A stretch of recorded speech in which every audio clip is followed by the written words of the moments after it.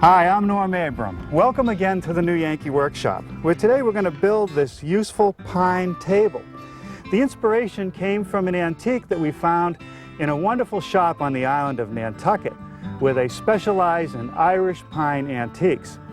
Whether or not they're authentic or not, you'll have to take that up with the lovely Irishman who runs the place.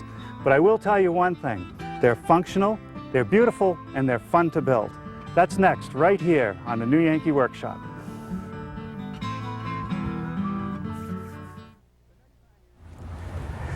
The next time you're in Nantucket, head east out of town a little ways and you'll come to this old building. It's the home of an antique shop known as Celtic Pine. Inside there are dozens of country pine pieces from Ireland. Now there's a couple I want to show you. What a place. Look at all this pine.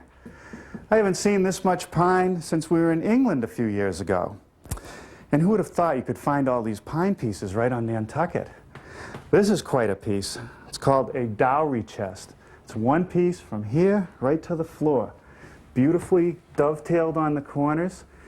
And I suppose if you were to marry this woman, you would have been considered quite lucky. And look at this piece. Plenty of wormholes. This sure looks old. Now I'm told that these pieces are acquired in the countryside in what they call in the paint, covered with dozens of layers of paint, and often the colors are quite hideous. Then they're sent to a stripping shop to take off the finish. Any repairs might be made, and then it's covered with layers of wax. Also, I've been told that this fretwork you see along the top will say that this is an Irish piece, distinguishing it from an English piece. Ooh, and look at this corner cupboard. Nice dental molding, flat panel doors, plenty of storage room inside, and some more of those decorative cuts. That's a nice piece. And next to it, a big armoire. But this is the piece I wanted you to see. We're always looking for small tables, and this one's just right. About 32 inches in diameter, has tapered legs, mortise-and-tenon joints on the rails. In fact, it looks a little bit like a shaker piece. I wonder what they want for it. Ooh, $700. That's the starting price. I know I can get 30 off.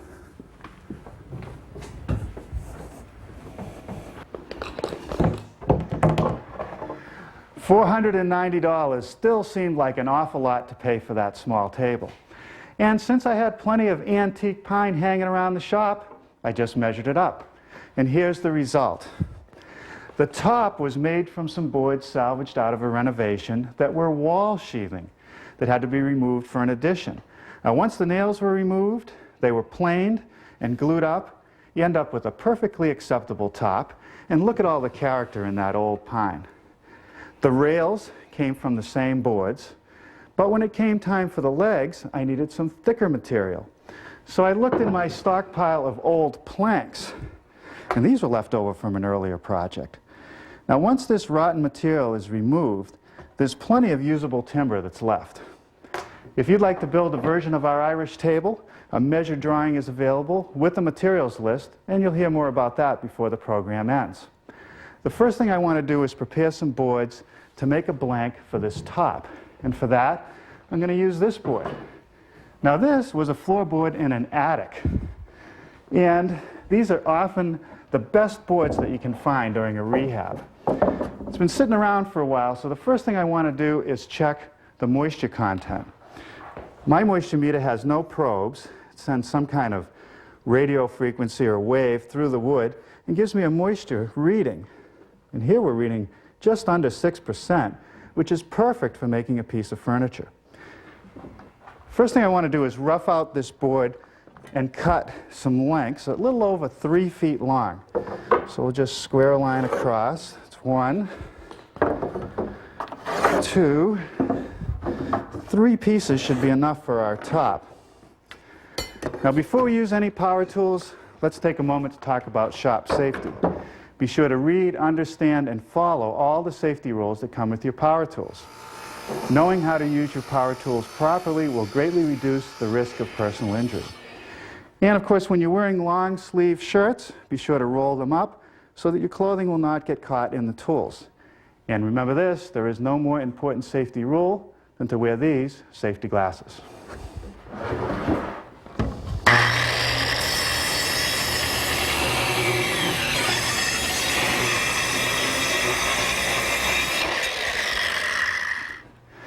One of the problems with wide boards that sit around the shop for a long time drying out is they tend to cup.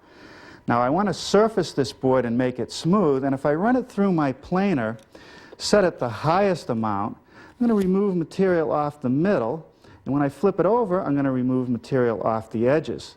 The problem with that approach is that I'll have a thin board for the top in the end. Now if I set the planer so it'll compress the board as it goes through, that's fine, except I'm still going to end up with a cupped piece of wood.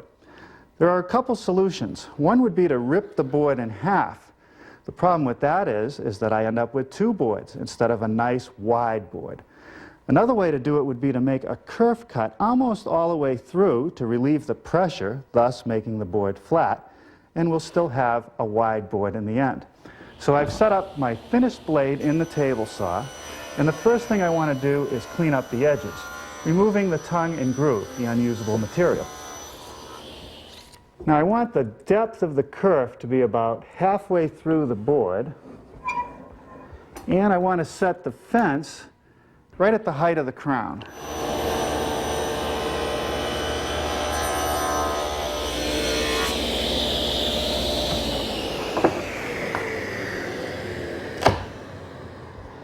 That's going to do it. Now I'm ready to run it through my surface planer, and I've set the adjustment to take off about a 32nd of an inch. As I start to feed the board into the planer, I want to push down on that crown so that it goes under the in-feed roller.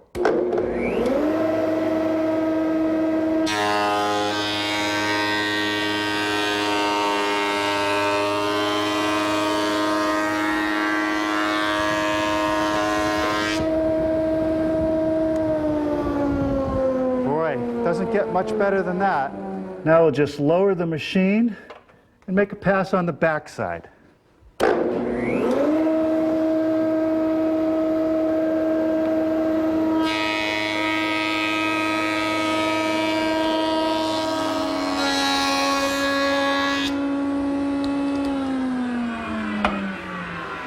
With the board surface planed, I can now joint the edges so that they're perpendicular to the face and perfectly straight.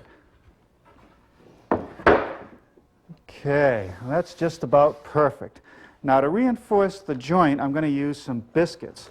So I want to lay out for the slots about every 7 or 8 inches.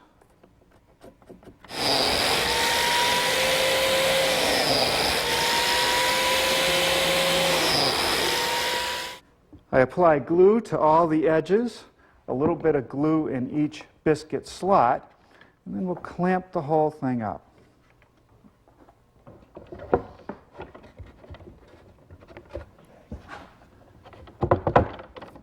There's one more thing I want to do before I set this aside to dry, and that's to fill those kerf cuts. I'm going to use this filler material. It's 2 parts. There's the main material, and the white is a hardener that has to be mixed in. And what this is going to do for me is that it's going to fill that kerf, because there's not much material left on the face side. It's flexible enough so that it'll take the movement of the wood, and it has enough adhesive quality to it that it's going to hold the boards together.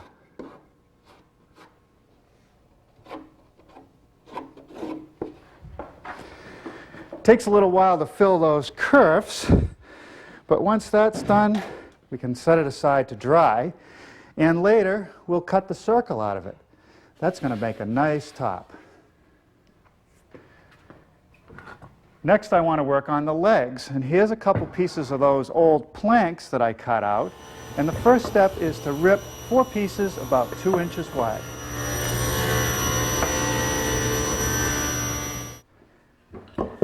The next step in this process is to joint one face so that it's perfectly flat.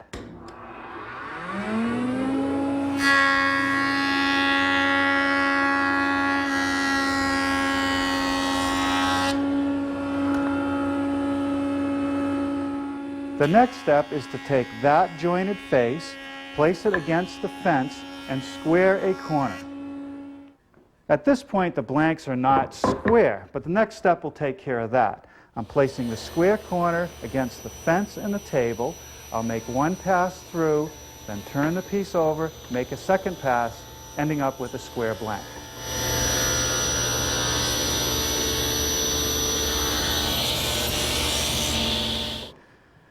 The last step in the process is to surface plane the sawn edges, and that will give me a blank that's straight, smooth, and square.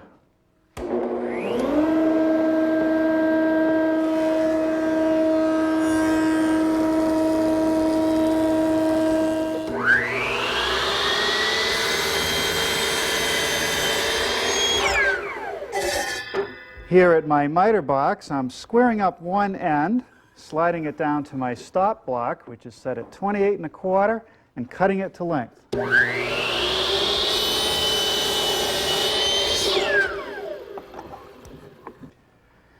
These pieces of salvage timber will become the rails that'll support the top and join the legs together. They need to be surface planed, jointed, ripped to width, and cut to length.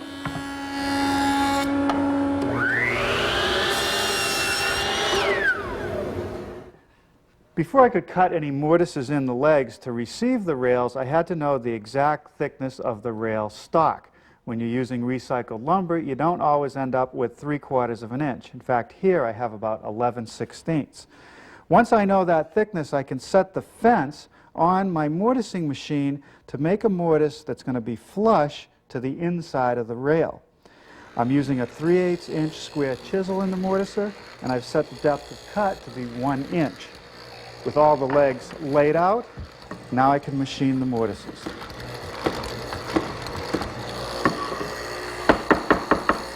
Now each leg needs 2 mortises on adjacent faces. With the same setup, I just turn the leg around so that the end is facing in the other direction and mill the next mortise.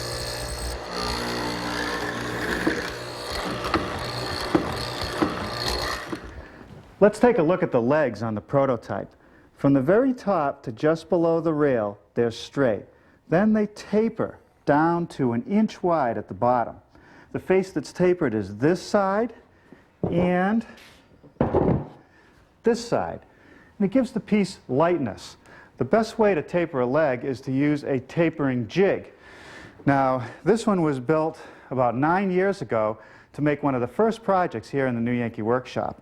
It's made out of solid oak, and after being exposed to heat and sunlight, it started to twist. And I've been meaning to replace it, and now's a perfect time. First thing that I need are a couple strips about 30 inches long, and this time I'm going to use plywood. Maybe it'll stay straight or longer. I want to attach a hinge on the front end to give me a pivot point. That's good.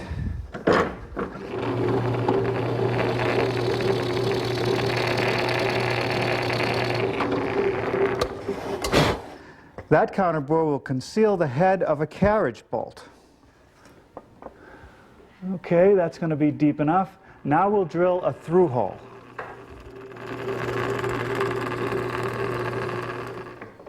Now I can just tap the carriage bolt in place, and the next thing to do is to make the adjustment feature a strip of plywood that needs a slot down the middle. Since I already have the mortises set up, I'll use it to make the slot.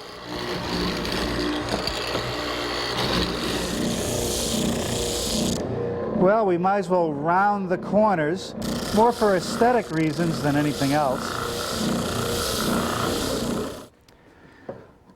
One end of the slider gets fixed to a leg of the jig with a screw.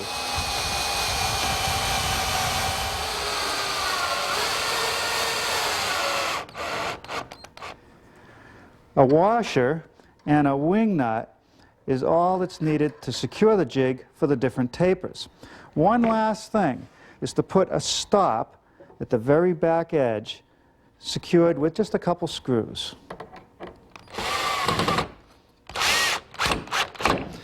Okay, let's try it out. I've laid out the taper on one of the legs. It starts here and it runs all the way down to the end. And this is the part of the material I want to remove. I've extended the line around the side and around the bottom. I'm going to use those lines and take advantage of the miter slot, which is milled in my table saw top. It is parallel to the blade. I'm going to set the blank right on the edge of the slot, align this end first, right even with it, and use that as a pivot point to bring the bottom around until the line there is even with the edge of the miter slot. Once I've done that, I just hold it in place, slide the jig over, make sure the stop is against the bottom of the leg, leave it open more than I need, slide the fence over very slowly until the jig touches on both ends, and then lock it in place and tighten the nut. With the final adjustments made, let's slide everything on the other side of the blade, raise the blade high enough to cut through the blank, and then being sure to keep the blank tightly against the stop, bring the jig back, and then start moving the fence in until the pencil mark on the side just meets the blade. Then we're ready to cut the tapers.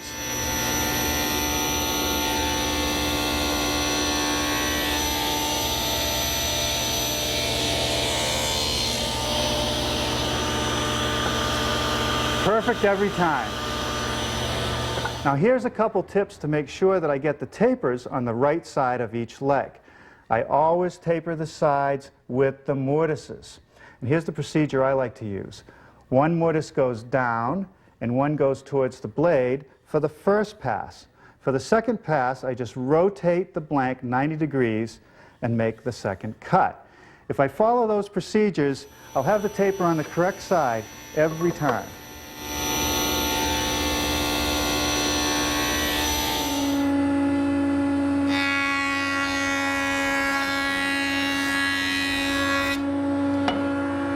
A pass through the joiner will clean up those freshly sawn edges. Before I go any further, I'm going to round over the corners at the bottom of the leg, and that prevents the possibility of the leg splitting as the table is slid across the floor. Now I'm ready to mill some tenons on the ends of the rails, and here's a sample I had left from the prototype. Notice that there's only one cheek cut on this tenon. And the reason for that is that the rails are thin, and I wanted to have the face of the rail be absolutely flush with the leg. Now there's only one other cut, which is at the top edge of each rail, to just remove this material. The first step is to make the shoulder cut at the face, and that's what this setup is for. I've adjusted the height of the blade to about 5/16 of an inch. I've set the fence the right distance away, and I've slid the fence back so that as I move the piece through, there's no chance of kickback.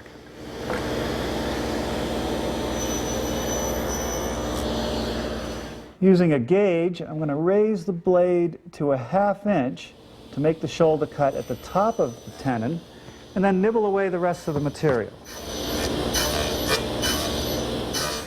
Here I'm ready to make the cheek cuts for the tenons using my tenoning jig, which is a device designed specifically for that purpose. It holds the piece vertically as I push it through the blade. Now I'm flipping over the prototype table so I can show you how the top is secured to the base. I use small wooden clips that fit into a groove cut in each rail. Now it's important that that groove stop just before it gets to the leg, otherwise it'll remove part of the tenon. The tool to do that is the router table. I've set up the router table with a 3/8 inch straight cutting bit, 1/4 inch above the table, and I've transferred lines back to the fence. I want to drop the piece down with the leading line, even with the shoulder cut, slide it through, and stop on this line.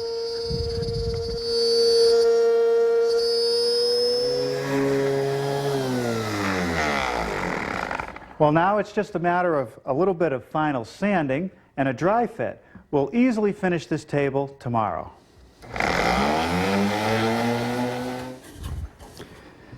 Well, good morning.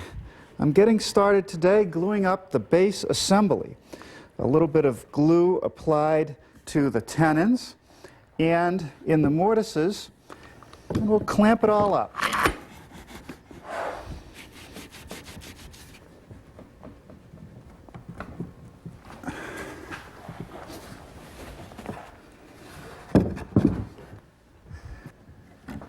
Okay, we'll set this aside to dry and start working on the top.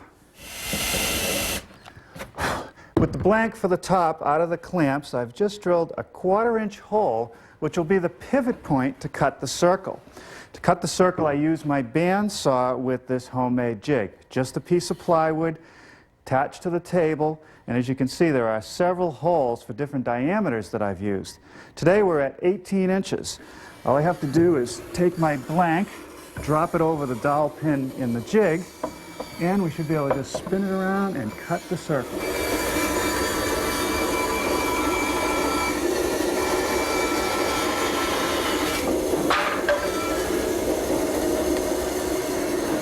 All right, a perfect circle every time. Now I just have to sand it smooth.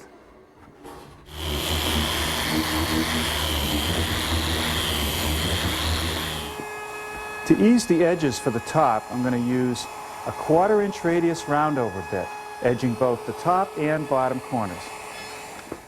Using this piece of 1-inch square stock, I can make the clips that secure the top. I've set up the rip fence and the saw blade to make a rabbet. I'll do both ends and then I'll trim the pieces at the miter box.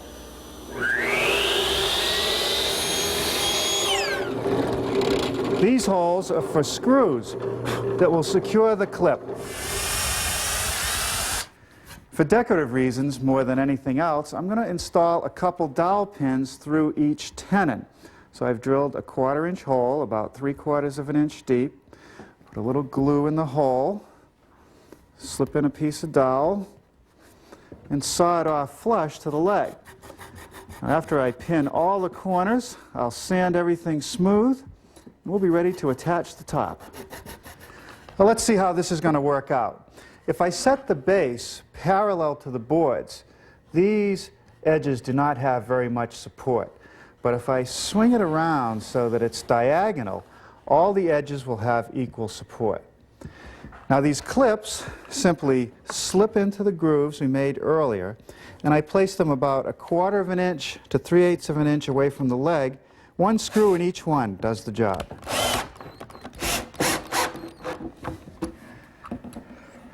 Well, all right. I think that turned out pretty well. This piece is ready for some finish. For the finish on our Irish table, we're once again turning to a product that is a combination of stain and polyurethane. It gives a nice, even finish to the piece and just the right color for this antique pine. I'll put on 3 coats with a light sanding between each coat with some 220 grit paper. Well, here's our table with 3 coats of that combination stain and polyurethane. And with each coat, I like the look even better.